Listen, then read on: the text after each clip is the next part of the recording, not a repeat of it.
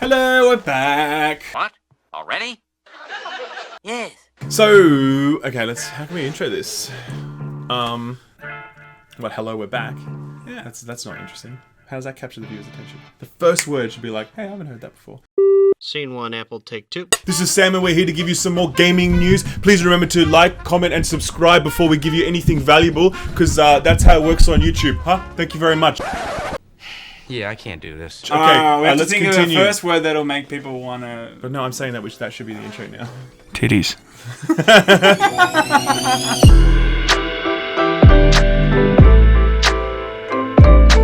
That's it. People are like, holy shit. Sub, what the hell else am I doing? Like, we're off the table. I'm gonna watch now. You have my undivided attention, you know. Doctor, we need you. Not yet. So, the other day we were mentioning the Video Game Awards. We mentioned that they happen every year. They're a big deal. They're like the Oscars of the video game world. Yes. They're run by a guy named Jeff Keighley, and they're a very prestigious event. Now, the way it works is that there's a nomination process, which is from a jury of people, and it's an international panel of about 50 jurists from around the world, different publications, different YouTube channels, all sorts of things, actually. They come together and they vote on who the nominees should be, and then once the nominees are set, then people vote on Facebook, which obviously is the way to settle what is the best game in the world, the game of the year. You just let people vote for it on Facebook, and then Russia can decide. You know? Yeah, that's exactly right. The thing is, if you put it on Facebook, most people are going to be voting for two games.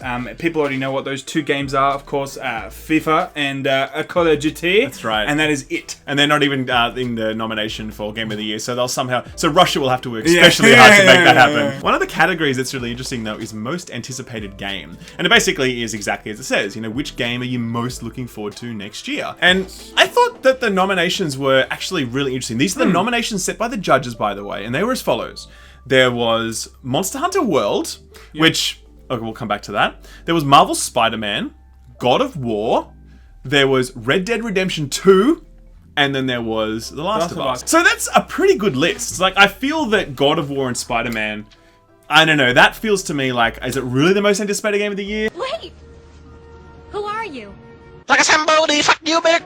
I mean, look, I think Spider-Man has a place there for the mass of, in terms of gamers that just want to jump on and they're really excited for that game. It's not a piece of art in terms of Nier Automata or something like that you've spoken about. Yeah. It's more like a game that a lot of people are excited for. I think God of War is like the it's like the Gears of War of the PlayStation, right? Yes. People like it, but they don't like love it. It's not like, oh my god, I cannot wait for Gears of War. It's not the Halo of the PlayStation. No. It's the Gears of War of the PlayStation. But I mean, Marvel Spider-Man. I mean, it's cool. It's juicy IP. I mean, people it is. want that. Of course, it is. But they also had Monster Hunter World. Now, that game, if the Japanese started voting in this, which they probably won't because it's an English poll, the Japanese would just fucking steal the vote on this, man. Japanese are so crazy for Monster Hunter. It's like their national obsession, and I love it as well. I'm super pumped about it. So I'm glad it's on the list, but I don't know that it's necessarily going to compete with the other two. In particular, Red Dead Redemption and Last of Us. Last of Us, I think, is going to take it. I think Red Dead Redemption, man. The number of... Really? Oh, you have no idea. But the thing is, Red Watch Dead Redemption... the comment section, what they say. I understand people will be like, what the hell this guy doesn't know talking about? Red Dem... Let's try that again, Sam. I heard it's retarded or something. Red Dead Redemption has a certain, mass appeal. Everyone's like, It does. It's like, wow, this is going to be like the GTA of the Wild West. Correct. But with The Last of Us, it hits a string. Like, it's 100%. different. People go, oh my god, this is like it makes you, it gives you the feels. It definitely does. And look, I think that's what people are going to be totally excited for. Totally, yeah. It's a different thing entirely there. No question. But I just feel because of the sheer number of people that are obsessed with Red Dead and so psyched about it, I think it'll steal the vote for that reason alone. But what I thought was really, really interesting was that Anthem was not on this list. Am I not pretty enough? Is EA. too broken? Do I Take my money. too much? Am I too Twisted and evil. Why do you see right through me? Now, for anyone that doesn't know, Anthem is the new IP in development from EA BioWare, right? And the story behind this is that it's been in development for nearly 5 years now. The team that went and made the original Mass Effect trilogy, they stopped making Mass Effect games with Mass Effect 3, and then they gave Mass Effect Andromeda to their B team, to a different studio, okay? And thank God they did that, because as we've said before, it was Turned a out really well. wonderful game. And so there's another team at BioWare who work on Dragon Age, right? So that's another team. But the core team, the Mass Effect team, said, we're going to make a video game called Anthem. They called it Project Dylan, in fact, when they started it, because they wanted to make the Bob Dylan of video games that everyone would be talking about for the next 25 years. So at E3 this year, they unveiled this puppy. And it was fucking amazing. It looks super. I was super excited when I saw that. And I have to tell you, we were at E3. There was unquestionably no other game that people were as excited about. Yep. That at E3, it was the drop. It was the mic everyone drop. was like, "Whoa, shit!" At the EA press conference, they did a little bit of a teaser, and at the Microsoft press conference, they did the full trailer, and everyone was blown away. Like, it was a really big deal. It was unquestionably the game of the show in terms of new IP. Now, to not see this game appear on this list of most anticipated, and stuff like Spider-Man and God of War gets on there when Anthem doesn't, I feel that that's a bit strange. I feel like maybe the jurists are looking at the situation with Electronic Arts, and maybe they're saying, you know what? You can't sit with us! We don't have faith in what you're going to be producing next year. I feel like maybe that's the thing. Yeah. Honestly, because like, if you think about it, right? EA last year, they put out, and BioWare specifically, put out Mass Effect Andromeda. Very disappointing release. I feel bad for that studio because they are eventually sort of closed down, like, because they basically were making their own IP, and then it was not. They're not going to make new IP now. They're going to be working to support other titles. So that studio almost had its shot, and now they don't have their shot anymore. It's very sad for those guys. They worked super hard on it, and unfortunately, it fell short. So, and then obviously, there's all this other stuff with EA, with the disappointing Need for Speed and the absolutely disastrous Star Wars Battlefront 2. Something that we've never talked about. That's right. But I wonder whether or not these jurists are like sticking it to Anthem and to BioWare and to EA and saying, listen, your game is not on this list now because we don't really trust that you're going to be able to deliver. Is there a chance that the inside word is them saying, you know what, we don't know if Anthem's going to be ready by next year? It could be that. It absolutely could be that. But, you know, I don't know. I definitely feel personally my relationship with Anthem has changed over the last week in particular. You know, before when I first saw Anthem, I was like, fuck yeah, man. Anthem looks amazing. I cannot wait. That is absolutely my game of 2018. Especially the undertaking that we felt that EA said at E3. It was like, look, you know, we're moving away from, you know, the free maps and stuff. We felt like there was a change of attitude. 100%. So definitely, we're like, cool. Anthem when you looks say great. moving away from free maps, DLC map packs for That's Star what I Wars mean. Yeah, stuff like 2. that. And like the way that they were, the words that they were picking felt like they were really trying to say, hey guys, we want to get back on the saddle and make sure that we're a bit more pro-consumer. That's what it felt like. For sure. You know what I'm saying? And then to see the way that Star Wars Battlefront 2 has gone down,